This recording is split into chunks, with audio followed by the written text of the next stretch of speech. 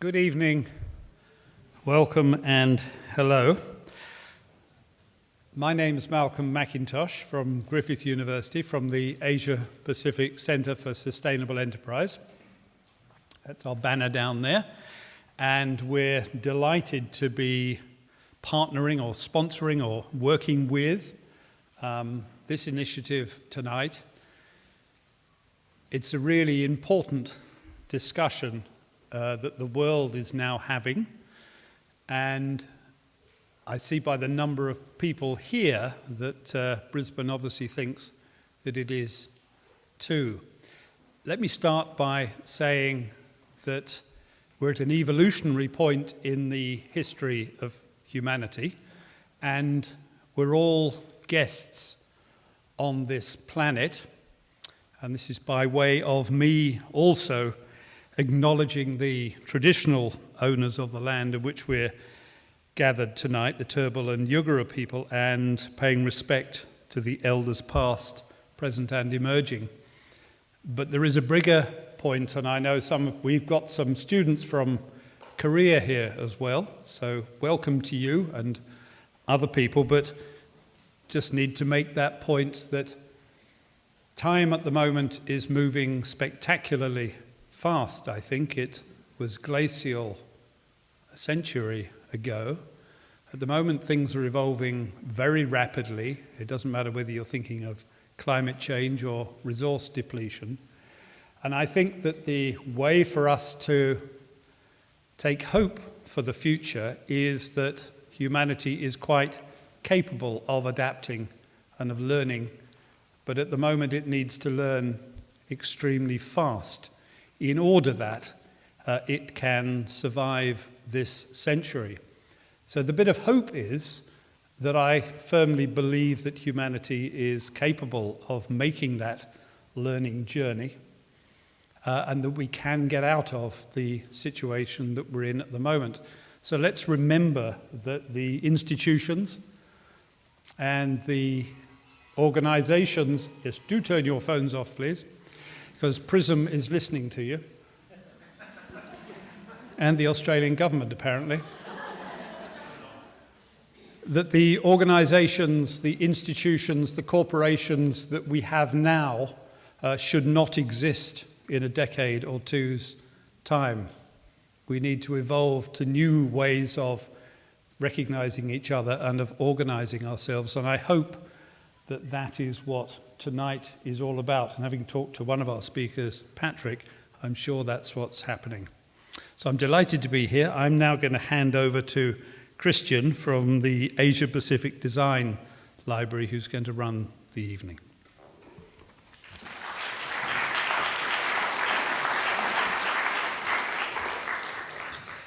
Thank you, Malcolm. My name is Christian Duell, and I'll be facilitating tonight's event. And I'm the manager of the Asia Pacific Design Library here at State Library of Queensland. Welcome to our final Think Outside event for this series, Think Outside Economy. Malcolm's helped me out with some of the usual logistics requests, so loving the message tones, but please put your phone to silent. And we encourage you, though, to keep it on silent and get involved in the conversation tonight on Twitter using the hashtag ThinkOutside. In case of an emergency, you need to follow the exit signs and evacuate out of the building. We gather between Goma and State Library. If you need to leave at any point during tonight's event, we ask you to use the exit at the back. And toilets are located outside here on level 2 and level 3. So we're very proud to have partnered closely with Griffith University's Asia Pacific Centre for Sustainable Enterprise to bring Patrick here from Japan tonight. There's a close alignment in values and also in acronyms between our two organisations and what we stand for and promote. And we've been really privileged to share in this partnership over the last week, and also through the Edge here at State Library of Queensland. We've been supporting a visit from a group of Korean students who are working in innovation and entrepreneurship. So the students have been involved in a range of activities here and across Brisbane over the last week, including a workshop with Patrick Newell today, which I'll tell a little bit more about that later.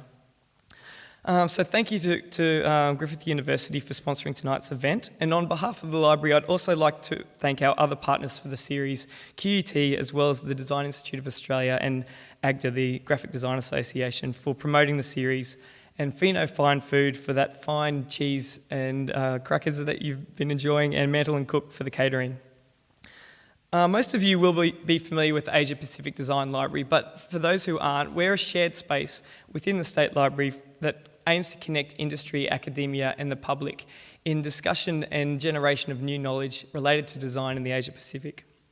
So we believe that creative problem solving and design thinking is not just for designers, but can also be harnessed by anyone. We believe in the role of design in driving positive global and local change. And throughout this series, we've invited local, national and international creative thinkers to contemplate a wicked problem outside their area of expertise. We've looked at homelessness and we've looked at sustainable tourism, and tonight we explore looking at new sustainable economic models. So before I introduce our guests for tonight, I just want to give a little bit of background around tonight's event and our big challenge, which is how might we design a more ethical and sustainable economic system. So last September, I was lucky enough to attend a range of events, design events in Finland, the UK, Iceland and Singapore. And one of the messages that consistently emerged across the countries that I visited during this trip was public frustration toward the ethical imbalance of our current global economy in light of the global financial crisis of 2008. Many were arguing that the existing model of capitalism is broken. During an Occupy Design event I attended during the London Design Festival, one of the presenters shared this great RSA Animates video based on a lecture by academic David Harvey called The Crisis of Capitalism. And in that lecture, David illustrates how capitalism is a system of exchanges between parties.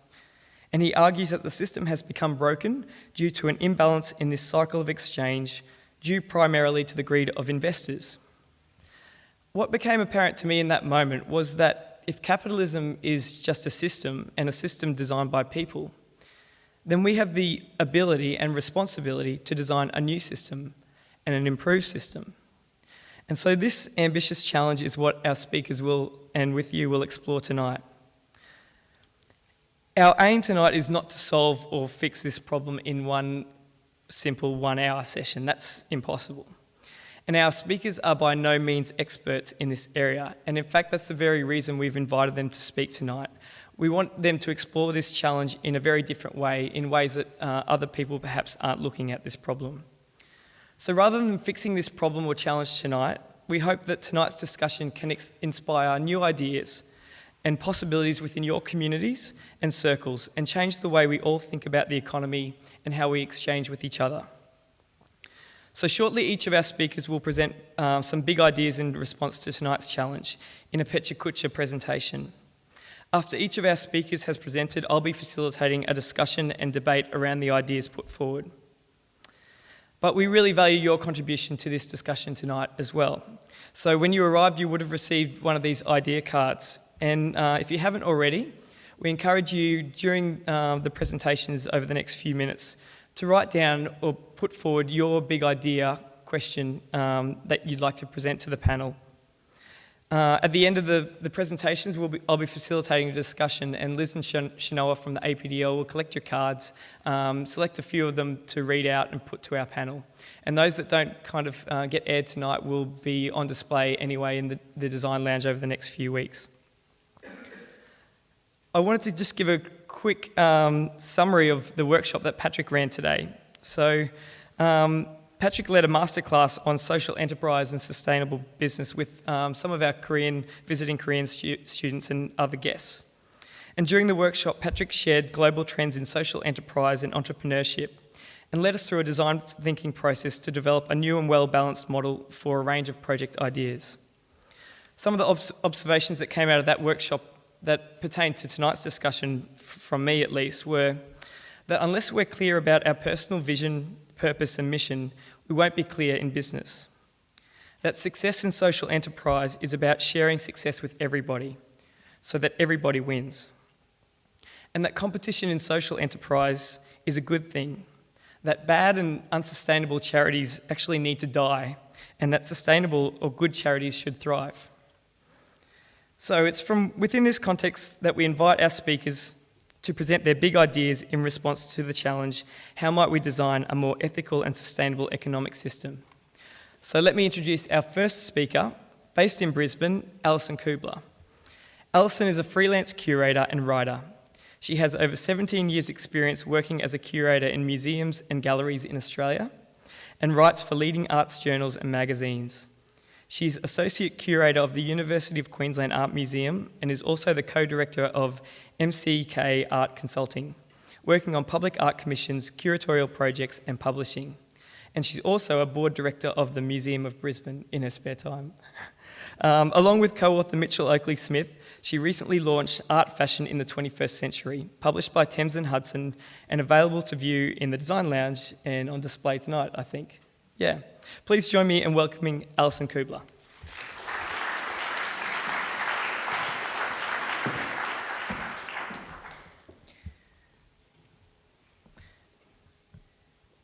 Well, I think after that, Christian, I think you should be the one speaking tonight. I just wanted to begin by saying I hope you're all a little bit drunk after Melbourne Cup. Is anybody? Because I'm well and truly out of my comfort zone. But I think, in fact, that was the brief for tonight. So I hope you'll bear with me. I'm not an economist. I'm a curator and a writer, but I am a thinker. I think about the world. I think about life. I have 3 small children, and I think a lot about their place in the world and what is left to them. And it concerns me, I guess. I think sometimes it paralyses me with a certain degree of fear. I think also I shall leave some of the more serious assessment of our economy and where we might be going to our more illustrious speakers who are to follow.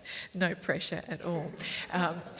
I'm going to dazzle you with very pretty pictures drawn from my book, which I just wanted to show you, which is entitled Art and Fashion in the 21st Century, that specifically looks at the relationship between what are traditionally philosophically opposed disciplines.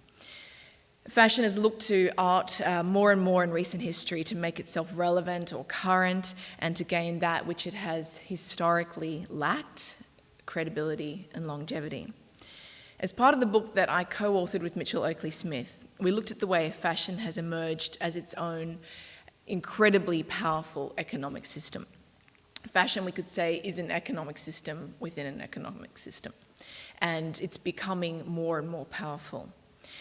And so I will be coming back and forth looking at fashion, but also looking at bigger ideas, the things that interest me and the things that I guess I think about on a daily basis.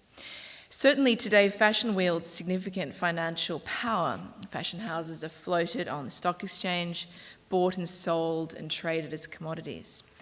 The fashion universe is largely broken up into 2 main conglomerates, Louis Vuitton, Moet Hennessy and Kering, who together own the majority of the major and some very major minor brands, pretty much all the brands you can think of. And I think what that demonstrates is that fashion is very big business.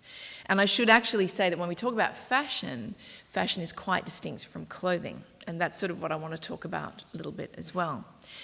Not only are these companies and these fashion houses economically powerful, they also wield today significant cultural might. And I do think that that is what makes them relevant to the discussion that we're having tonight about the economy and how we could possibly build a more sustainable economic system.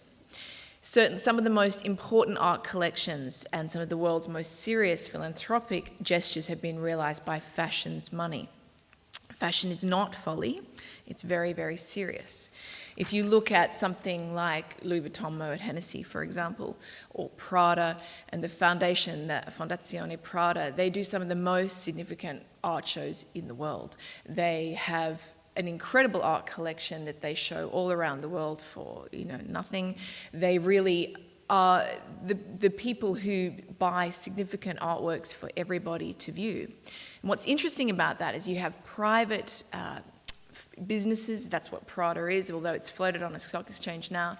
But they are the new Medici clan. They're the ones who are actually saying, we have the money to build these institutions. They have more money than most public institutions, including the Guggenheim even has. And that's kind of an amazing statistic when you think about it. So when we're thinking about this economic system, and people will often treat fashion as something that is folly. And if you think about The Devil Wears Prada and that great scene with Meryl Streep when she puts down Anne Hathaway's character, I can hear some people know that scene. It's incredibly true. Fashion wields an enormous might. But also, too, fashion has had to look hard at itself and ask real questions about its sustainability and its relevance. And I am by no means a fashion, that's not what I do. I'm a curator, I'm interested in art, I'm interested in fashion. But I am looking more and more at that, and I find it really interesting. Because contemporary fashion moves at such a pace now that it almost doesn't have time to second guess itself. There's no time for fashion to look or assess itself and wonder at its own relevance. There's now something like 6 fashion seasons a year as compared to 2 even a mere decade ago. That's 6 times a year that fashion changes and reinvents itself. That means more competition for consumers' attention, more production, and more waste. The landfill occupied by unused clothing in the first world is considerable, even though half the third world can't afford to clothe themselves, the majority of the third world. It's such a curious and a ludicrous dilemma that we have on one hand too much clothing and on the other hand not enough. Meanwhile, back in the first world, the world that we live in, ironically in Australia, sometime between 2000 and 2013, the price of what we would deem expensive shoes escalated from approximately $400, I remember when they used to be thinking that was like a lot of money, to upwards of $1,000. And this is not because expensive shoes became rarer as a commodity. It's quite the contrary. There are more shoes than ever in the first world, more expensive shoes than could possibly ever be worn, as well as more and more cheap shoes. We have both, both on one hand, incredibly cheap things and very expensive things. We don't need more shoes in the first world. What we need is better shoes that last longer, so that we don't have to keep buying shoes. But then, of course, how would fashion houses turn a profit? If we stop buying new clothing, how do we support the inventive, creative, bespoke designers amongst our community who are trying to grow and become sustainable designers of the future? We can't all just stop buying something. We need to think about how we do it. If we're going to try and build this more sustainable economic system, how do we engage with fashion and clothing over here and find some meeting point? I'm not sure that I know the answer. Just as an aside, my father, who's 87, still wears the same floor-shine shoes he had since he was my age, which is 40, and that's true. He still polishes them and still wears them. And of course, fashion operates furiously at both ends of this scale. We can buy astonishingly cheap things in massive quantities, and you think about the tragic things that happen in Bangladesh.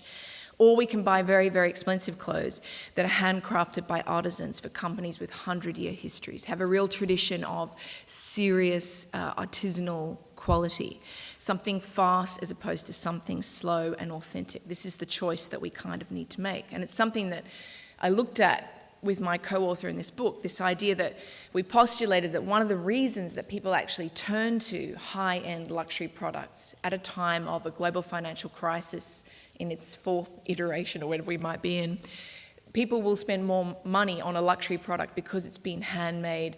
It has the aura of longevity. It has the aura of the handcrafted. It has the aura of all those things that have time and quality and meaning and something that will endure.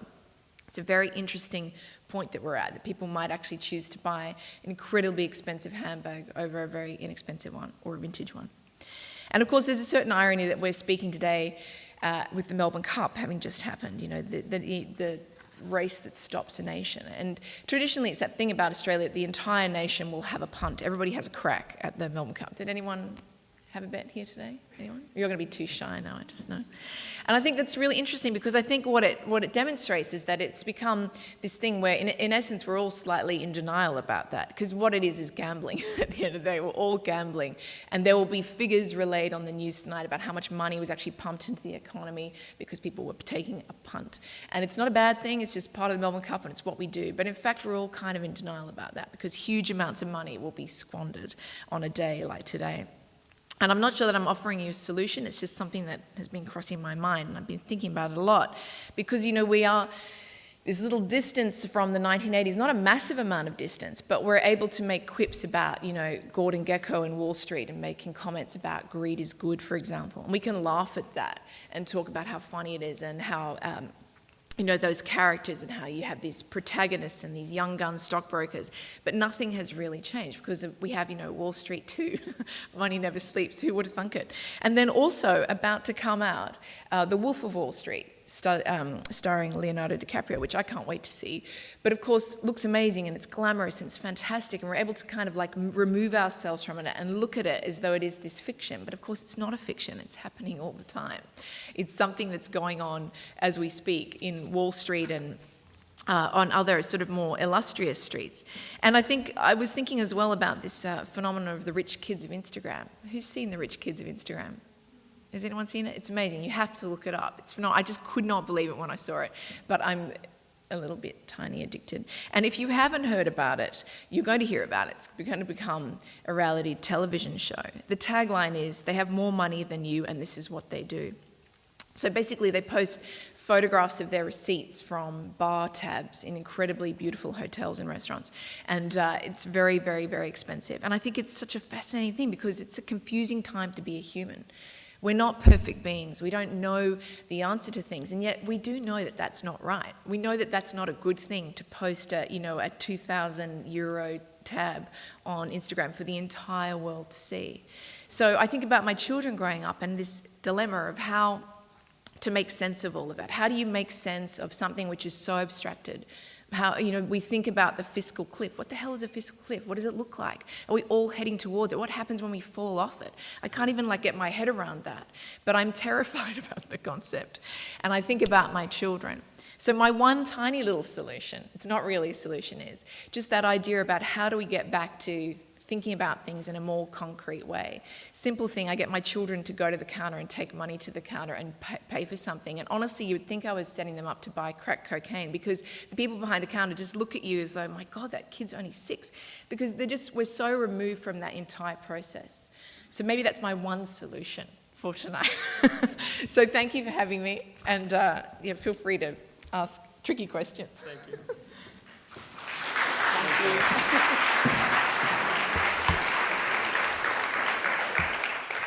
Thank you, Alison. Boy, Pecha Kucha is a killer, isn't it? All right, so our next speaker is Marcus Westbury. Marcus is a broadcaster, writer, media maker and festival director who's been responsible for some of Australia's more innovative, unconventional and successful cultural projects and events. He's also worked across a range of media as a writer, producer, director and presenter covering fields as diverse as culture, art, media, urban planning, sport and politics. That is very diverse. In 2008, Marcus founded Renew Newcastle, a low-budget, not-for-profit DIY urban renewal scheme, where he brokers access to empty buildings for creative enterprises, artists and cultural projects in his hometown of Newcastle in New South Wales. And he's since transformed the program to become the national scheme Renew Australia. Please join me in welcoming Marcus Westbury.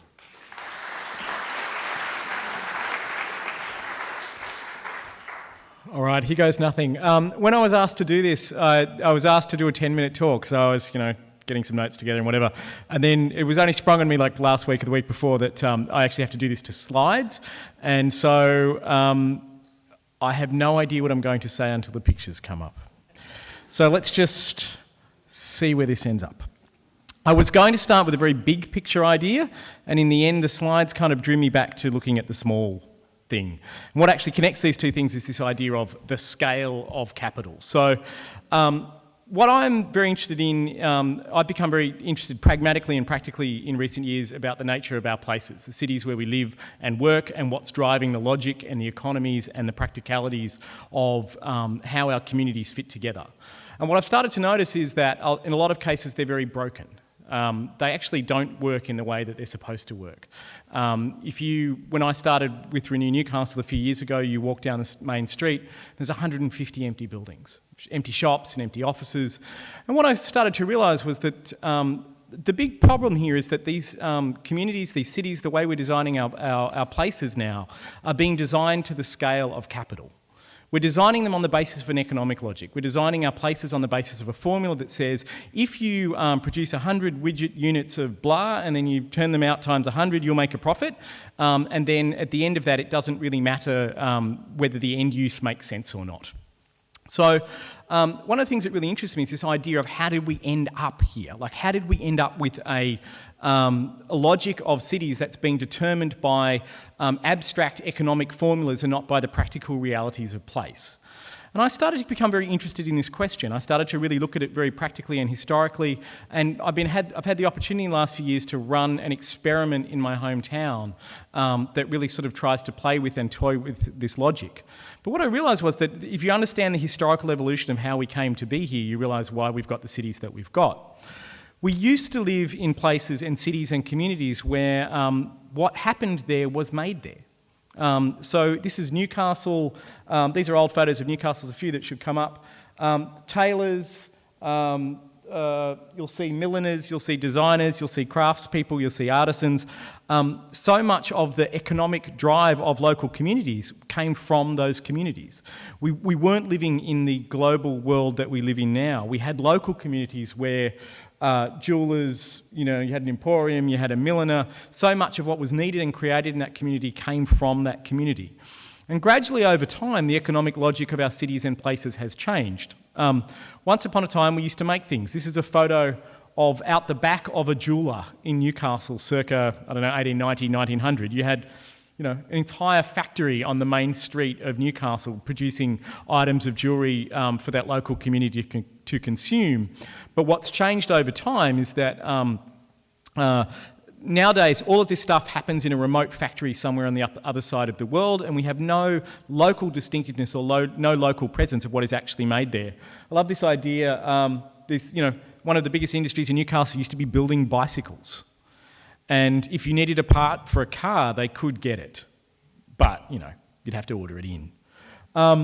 Then things changed. We went from this sort of local economy, this local economic dynamic, to an era of national economies, a national economic dynamic. So, for most things, it's a bicycle. I remember getting a Malvern Star bicycle as a kid.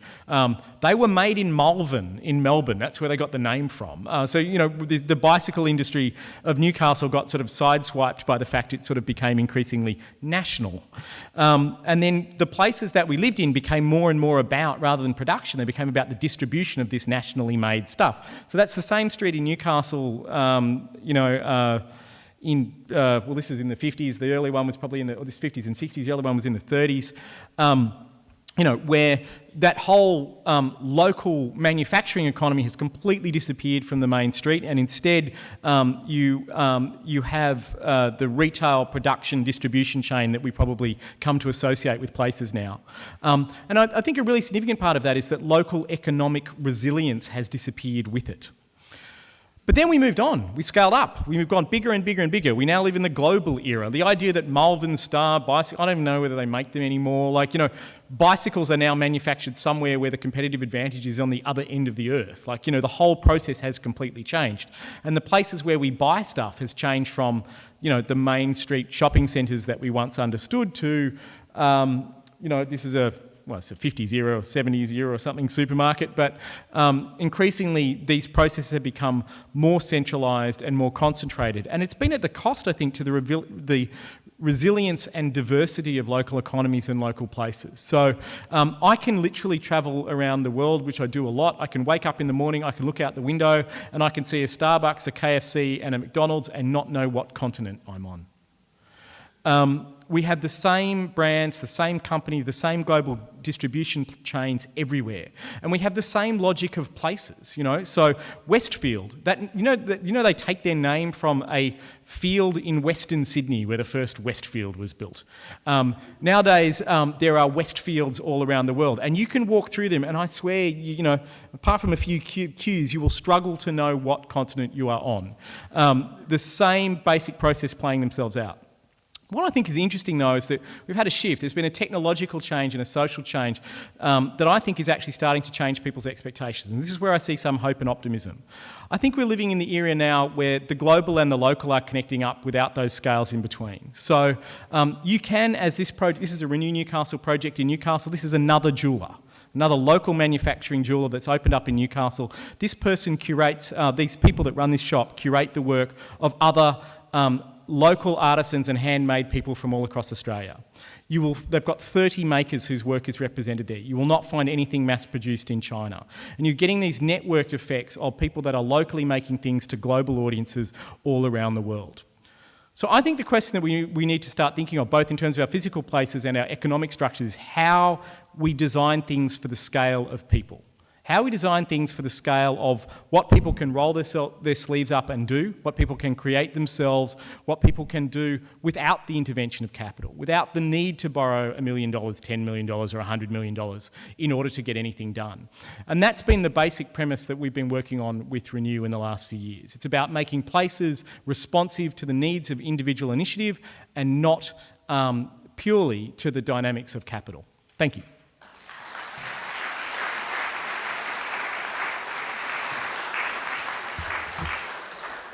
Thank you, Marcus. So many great ideas there. You just have to strap yourself in for the ride for these talks. It's awesome. So our final speaker is Patrick Newell. Patrick founded Tokyo International School, a model school in many areas of education and learning. And the same philosophy is behind the recent launch of the Global Institute, a 21st century kindergarten and after-school program based in Nakameguro, which has just been built. Is that right? Yeah. In 2012, Patrick completed 2121, a short documentary film shot in schools in 9 countries, highlighting the importance of aligning 21st century learning with 21st century learners, and the role of parents as primary educators. In 2008, he co-founded TEDx Tokyo, an organisation that focuses on bringing thinkers, doers and innovators from Japan and beyond to share ideas worth spreading. Patrick is also co-founder of Impact Japan, a lighthouse for entrepreneurship and innovation in Japan, and is also the founder of Living Dreams, a not-for-profit that enriches the lives of over 1,000 orphans from children's homes in Japan. It's with great pleasure that I welcome Patrick Newell to the stage.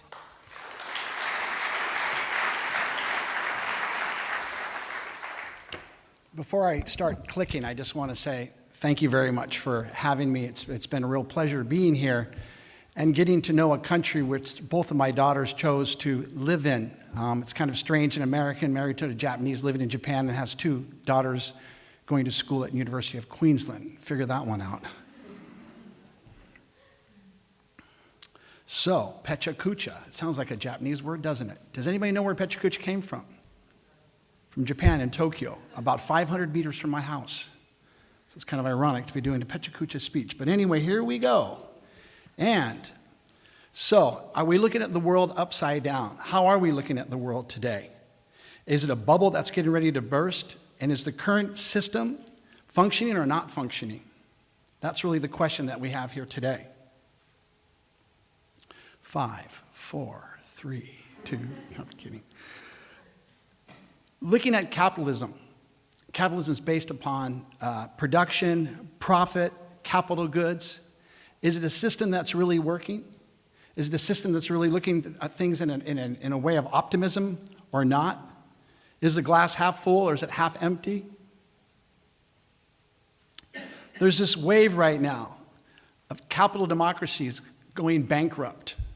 I mean, look at the recent fake crisis we had in my country, the United States of America, and what that has caused, and the crisis that's caused. So it's very, very clear that decision makers, at least in the United States of America, cannot make the changes necessary to deal with capitalism. Half the people, more than half the people in the G8 countries around the world are either supported by or working for the governments. Is this a model that's really sustainable? Or is it time that we wake up and have that wave that's going to hit us? The world is moving at such a fast pace. And if I think about in the United States of America right now, that pace is fast, but what's really happening? Is it really working? Is it really working here in Australia? Think about mining and what's happening there. Is that bubble going to burst? Is things going to work out for Australia or not? Black or white? Is the world really black or white? Or is it gray? What is that gray? Is that gray area our values and our culture? And what values and culture is driving us in the world today? And what values and culture are driving Australia and moving Australia forward?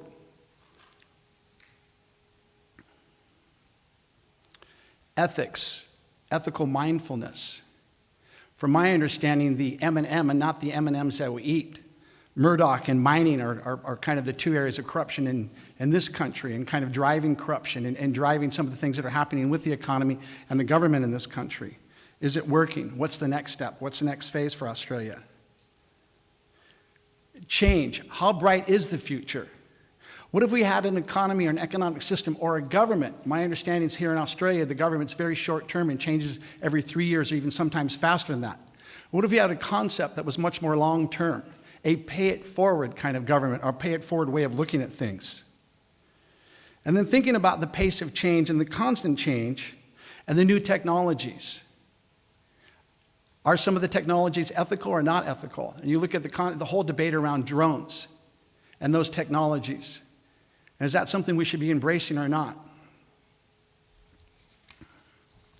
Collective intelligence. This is something that's really become quite powerful. If you think about collective intelligence or new economies and companies like Facebook, we're actually for free giving away our individualism and our rights for collective intelligence and for this new kind of collective economies. Companies like Apple, an American company, they just released the iPhone 5. But the iPhone 5 actually wasn't a better chip or a better design. It was actually cheaper, so they could meet the needs of the emerging market. More and more, I'm wondering if products are actually going to be made for developed countries or where the focus is going to shift.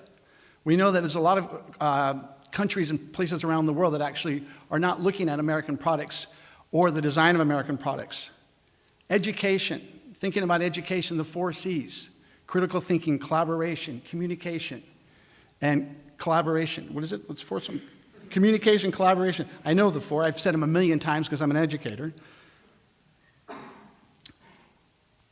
Looking at bylaws in corporations and organizations, and are there sustainability standards built into those corporations? So much of the economy is driven by corporations. Why not have them have sustainability bylaws inside their actual governance models? Taxes. I hear you have a wonderful thing called the carbon tax here, and I hear it's working really quite well. What about taxes that were really about not just being sustainable, but actually moving things forward? And trying to find that balance with sustainability. What a difference that would make. Jobs. Look at these 5 jobs that are up here. How many of them do you know? They said 10 years ago that 30% of the jobs that would be invented would be new. Well, that's happened. And now they're saying by 2020, 60% of the jobs are actually going to be new. So what does that mean for change and for entrepreneurship?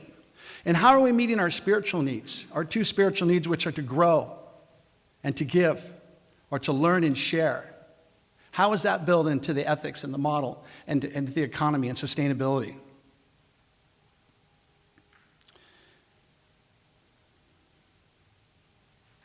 And creative intelligence. I used to hear that all the ideas came from New Zealand, and then Australia sold them, took them, and then they sold them around the world. And they're much better at marketing. But I don't think so. I think a lot of countries are actually coming to Australia to look at the creative intelligence that's happening here in Australia. How is that being exported?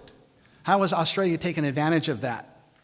Besides just relying on the tourism and mining to move forward. Because I think there's quite a bubble that's happening here in Australia right now. And when mining's finished, and I've heard the coal prices are going down, then what? People seem to be quite comfortable here in Australia and quite relaxed. There's not really a feeling of crisis. And how do you make 1 + 1? What does that equal? Is profit and production? What if that was equal together with the quality of social interactions and relationships, and that was the way that we value production? So how do we make 1 + 1 = 11? I think the answer really is entrepreneurship and social entrepreneurship, to find the balance between the greed and the corporations who are supposedly doing corporate social responsibility, which is much more like PR than really corporate social responsibility. And then there's all these NPOs and NGOs that are out there that have no clue how to run a business. I think the balance moving forward is social entrepreneurship and entrepreneurship. Thank you.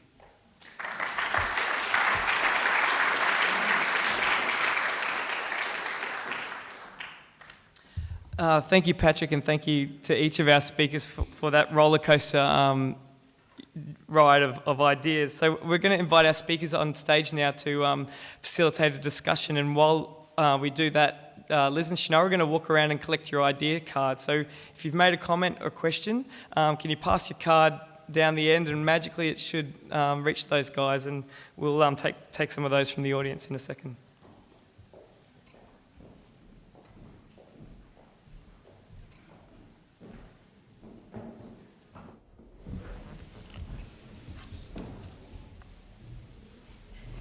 So the hard part's over. Oh, really? Yeah. I've had the joy and honor of training hundreds of speakers, and I always tell them, don't read your notes and don't stand behind the podium.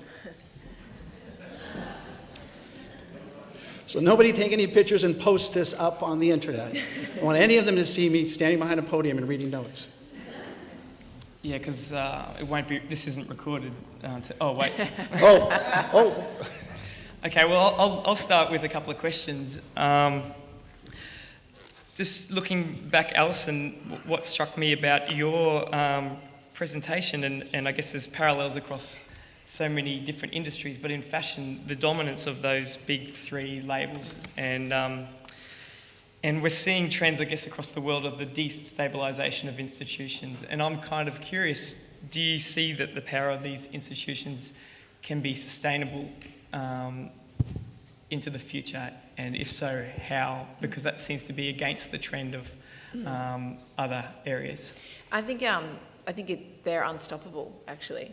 And I think it is interesting that there are some brands that step outside of that who are equally significant culturally, like Azadine Alaya, for example, who's someone who remains completely independent, and so does Dries Van Noten. I think what's interesting about those really big conglomerates is that they are incredibly powerful, and they do, I have to say, they're not perfect, but they put their money where their mouth is, and they actually do some kind of amazing things. They build some of the bigger, more interesting architectural buildings around the world, and I can't see it stopping, because the bit that I didn't get to in my talk is that I think as human beings, that whole notion of responsibility, economic responsibility, is tied into personal responsibility, and I just don't think we actually have that collectively yet. I think we all want to aspire to personal responsibility for our economic state, and we like to think about these faceless men who are leading us off the fiscal cliff, but in fact we're all part of that. We're all part of that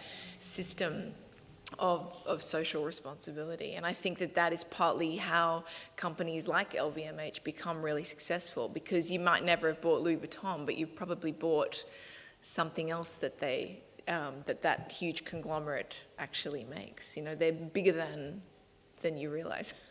Well, that point about personal responsibility, I guess, crosses over to something that you mentioned at the end of your presentation, Marcus, and which is, you know, moving toward an economy at the scale of the individual or of the person. And I mean, do you think that this is a kind of global movement that even the big corporations can't avoid, that there's this need for transparency, and how do you see that kind of personal economy evolving? Yeah, I think if you look at the big picture, you know, you say that trend of consolidation is unstoppable. I'd actually say the reverse. I think it's actually really hard to hold that together. Like, I think we're living in a world where increasingly people's choices and options are becoming more decentralised and fragmented, and the companies that are the biggest companies and the fastest growing companies in the world actually aren't ones that control taste, they're ones that aggregate it. Like they collect up, you know, they're the Amazons or the Facebooks or the Apples or the whatever, that are basically brokers for lots of people who are individually doing their own stuff and connecting in different ways. So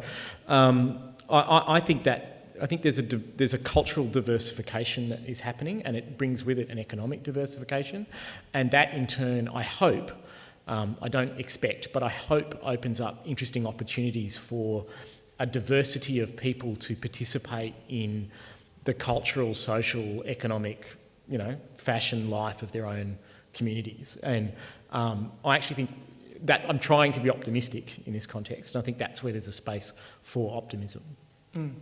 And I guess, Patrick, you touched on the relationship between, or you all did, I guess, about the relationship between the developed and developing world, and that there's an emergence of different systems of exchange in developing countries, and that perhaps some of the ideas that the developed world try to enforce on the developing world, that transaction could actually happen, better the other way as well. I mean, do you see any lessons in your experience with the developing world that could be applied or translated?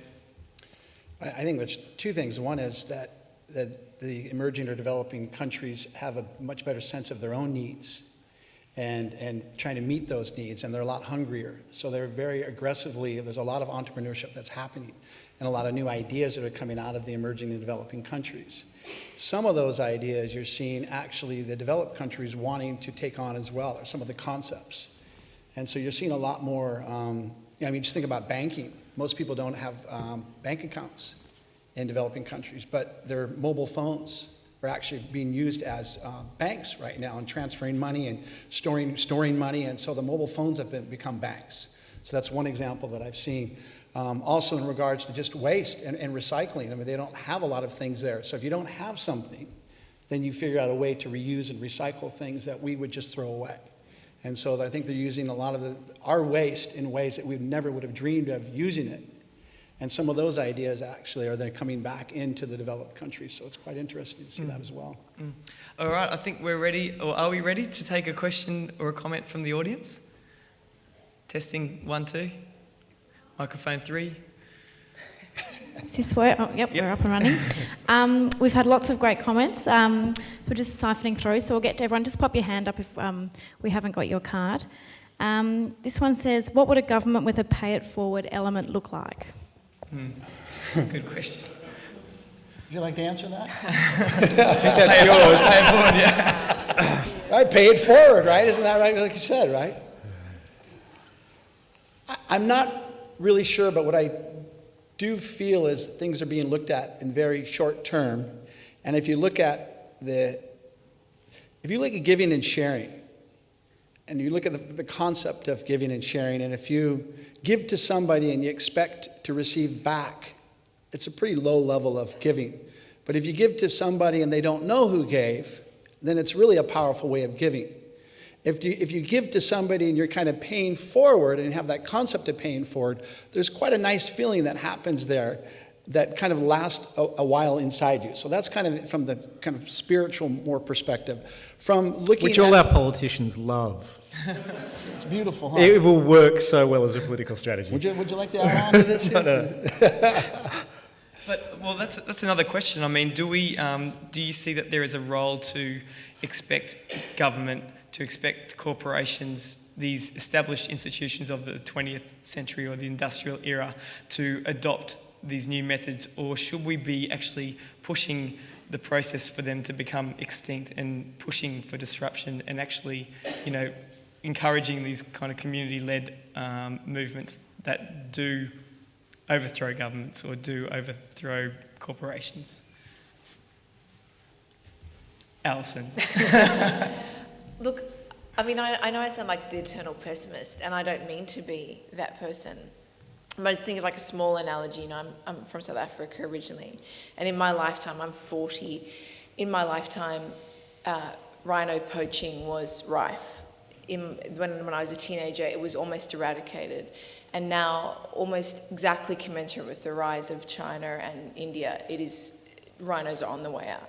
And same with, elephants. It is realistic that we may not have lions in 20 years. I don't know if people realise that, but that's a real thing.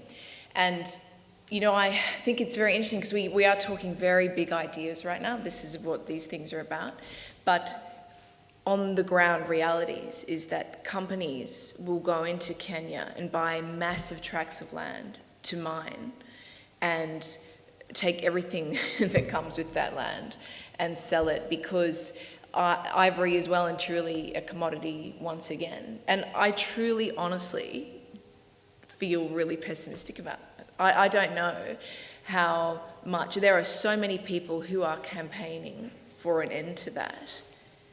So I think that unfortunately there is that corporate might of governments, and I'm talking about governments that are willing to sell tracts of land. And so we can sort of talk about developing countries and third world countries, etc., but that is happening.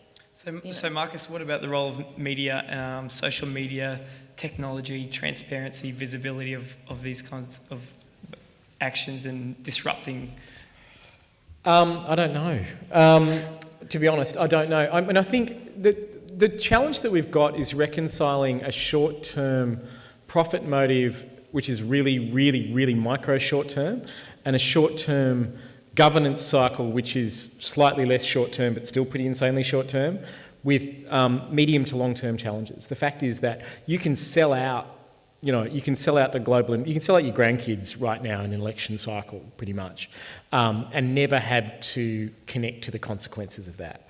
So the governance challenge, to go back to the earlier question, the governance challenge is how do you connect those two things up? How do you actually make, whether it's in an economic sense or in a political sense, how do you actually make the consequences of the actions connect to the actions?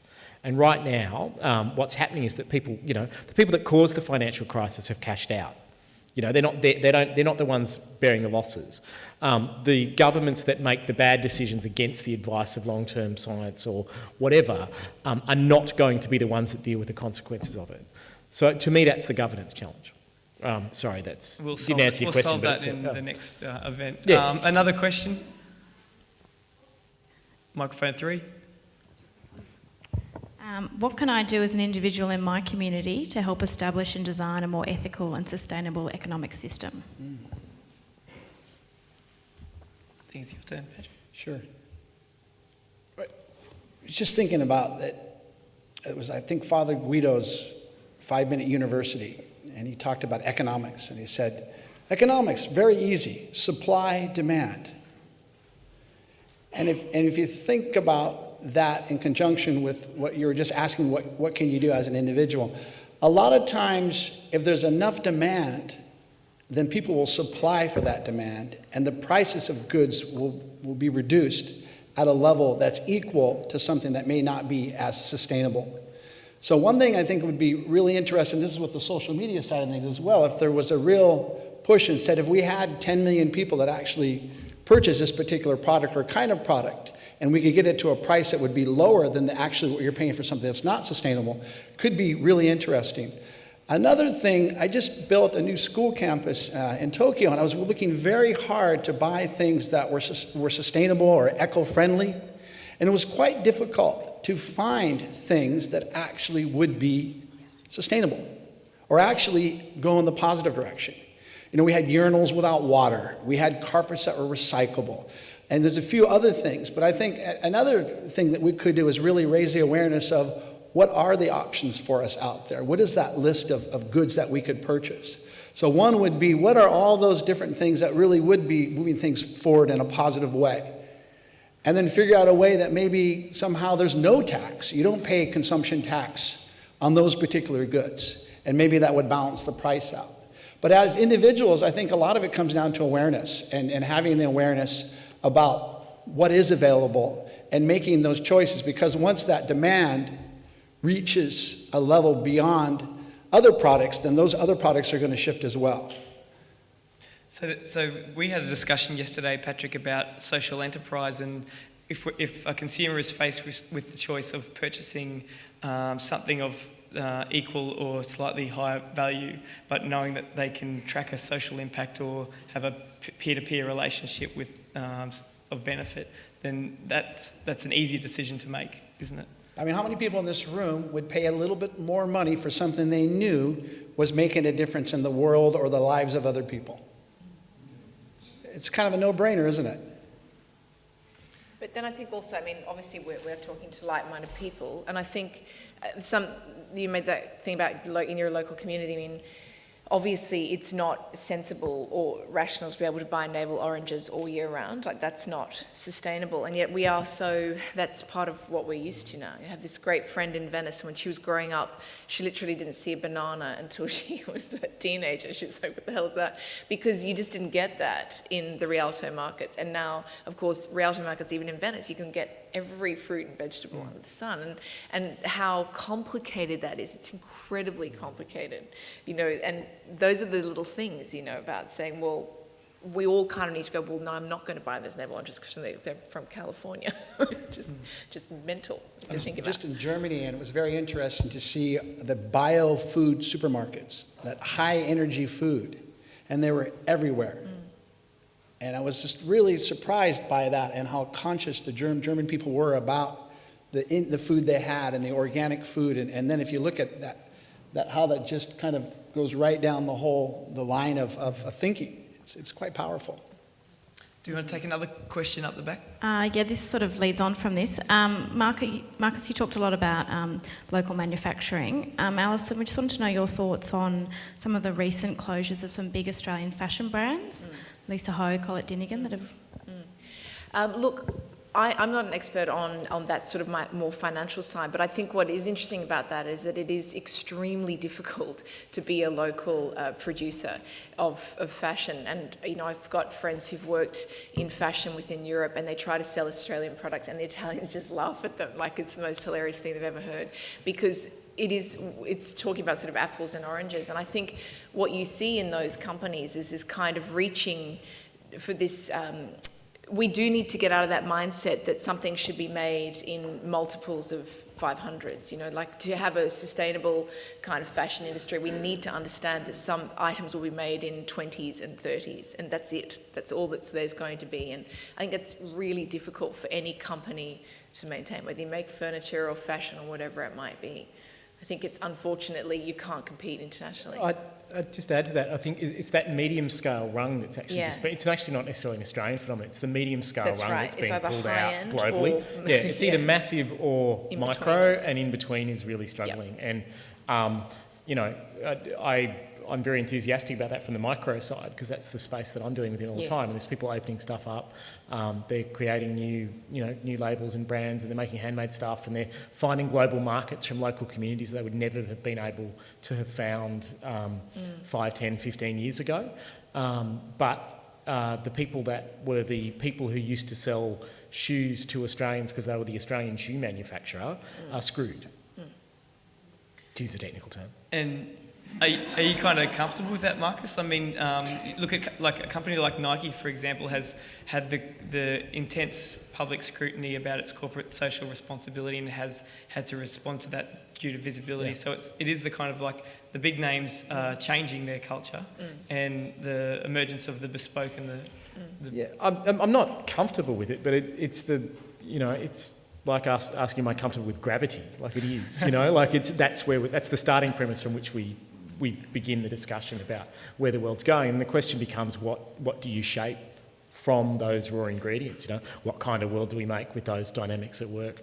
Rather than a question of, I'm just fundamentally a pragmatist. Like, the real world is the one that I'm starting with, not some alternate universe that I'd like to live in.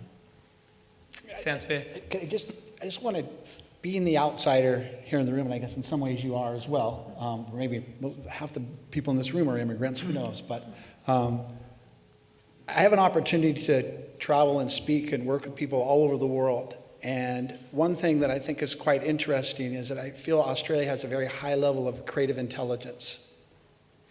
And the education system here is one of the best in the world, and not just because of the OECD scores, but because the education system allows for people to develop their critical thinking and inquire, and it is somewhat flexible compared to a lot of other places in the world. And from what I understand, the whole mining situation that's really going to come to a head because coal prices are going down, and like in Dubai as well, they're in a crisis and will be in a crisis, and trying to figure out how Australia can really move forward in a world and not relying on coal.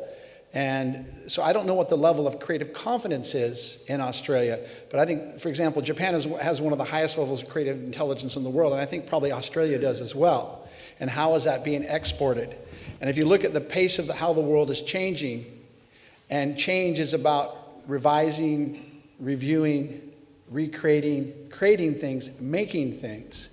I think Australia is really on target in a lot of ways of taking the ideas that are being created in Australia and sharing them around the world. And you don't necessarily have to make the products here. And if you look at Apple, it was designed in California, but made somewhere else. And that's one kind of, as an outsider observation that I see, is that it's an education system that's really promoting thinkers and creative people. And I just don't know the level of creative confidence that's here and how much Australians believe that or not, or see that. Okay, we've got time for one more question. Okay. I've got a question that relates to the lack of empowerment here in Australia. We are very creative people, but we don't feel like we're empowered to use that creativity. As an example, I've got two questions. Why do we accept that what is in a shop is what we have to have?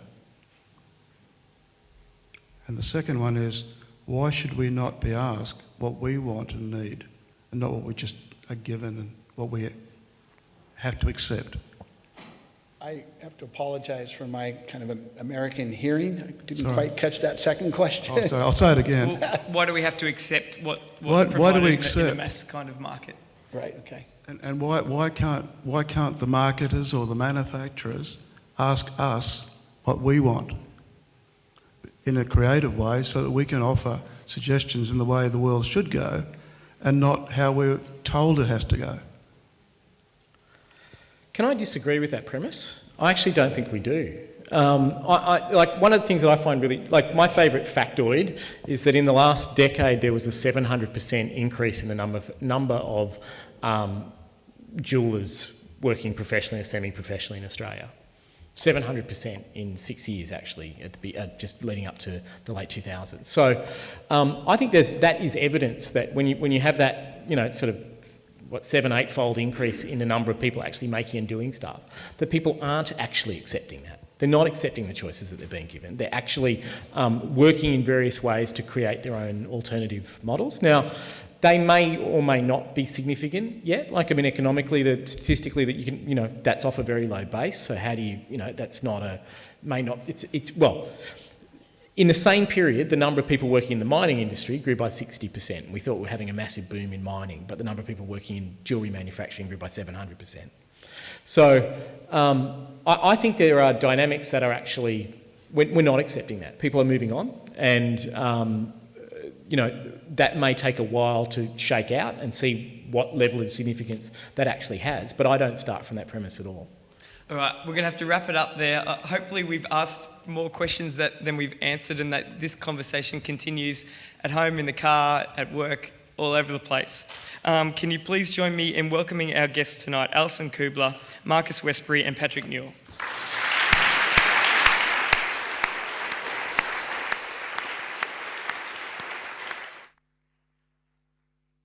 Just one moment, sorry. As this is the last event in the series as well, I've got to make a few acknowledgements and thank a few people. So if you can just hold applause to the end, because there's some great people that have been a part of making this happen. Firstly, I need to thank our amazing speakers. So not only these guys who have put so much effort and tireless effort and contemplation into tonight's event. We're so grateful not only to tonight's guests, but also our guests in the rest of the series. So Raphael Pachetti, Dr. Barbara Atkins, Catherine Griffiths, Sidoni Carpenter, Tamsin O'Neill, John Thackeray, and of course, you guys tonight.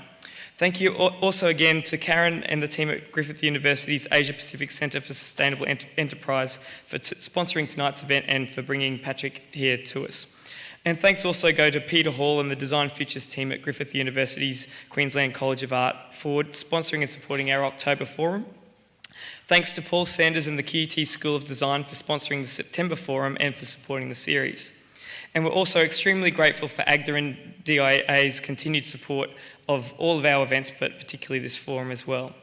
Thanks to Fino, Fine Food and Wine, Mental and Cook for the catering, Aisle 6 for managing the AV during the series, Ben Carr and Harvey Hayes at The Edge for filming each of these forums, and to Candy Bridger for taking photographs. Where is Candy? She's not... I thought she was just there, for taking photographs throughout the series.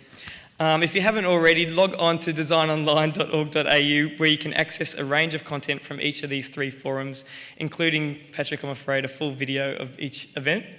And tonight's forum will be available to view this time next week.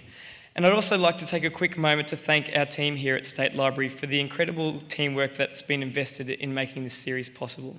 So thank you to Liz, Shanoa, Eden, Susan, Jess, Alexia and Candy.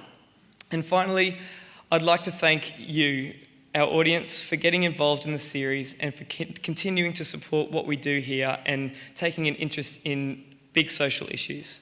State Library has an all yours philosophy that underpins everything we try to do, And so we really encourage you to share your feedback and suggestions for our future events via the survey that you'll receive after this event. And please continue to support and come along to these events. So thank you again for joining us, and we look forward to seeing you at one of our future events. Good night.